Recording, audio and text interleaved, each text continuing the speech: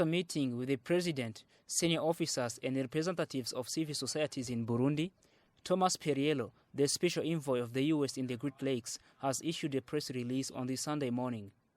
In his speech, Periello declared that he has a hope of good results from these coming 2 weeks that will lead Burundi in a good path. With the high-level visits and the summit coming up, there is a great opportunity for Burundi to take concrete steps to get back on a path to restore the foundations of Arusha and peace that the people of Burundi have worked so hard to build over the last 10 years, and to restore the relationship with many in the international community. However, if these 2 weeks do not produce those results, unfortunately, we believe the situation here will be on a different trajectory. So there were signs of hope. I want to thank President Nkurunziza for taking the time to meet with us, as well as to participate in the service projects. We believe open lines of communication with all the stakeholders here in Burundi and those who've had to flee Burundi is crucial for our relationship with the United States, and we believe that those lines of communication can produce results, and we hope that that's what we will see here in the weeks ahead.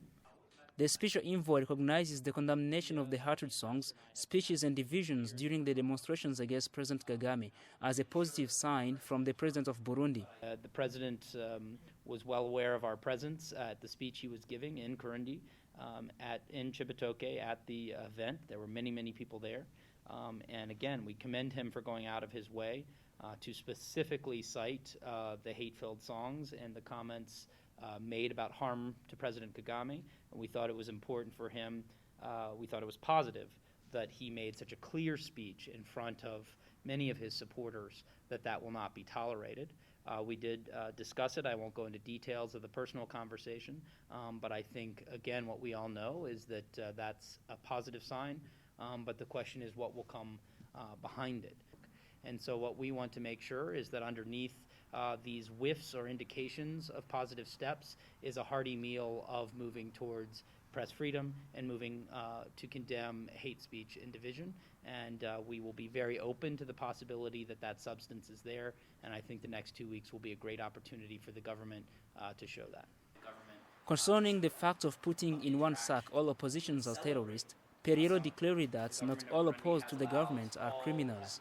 Not every critic of the government can be reduced down to being a putschist. Just because someone disagrees with you does not mean that you can automatically consider them a criminal.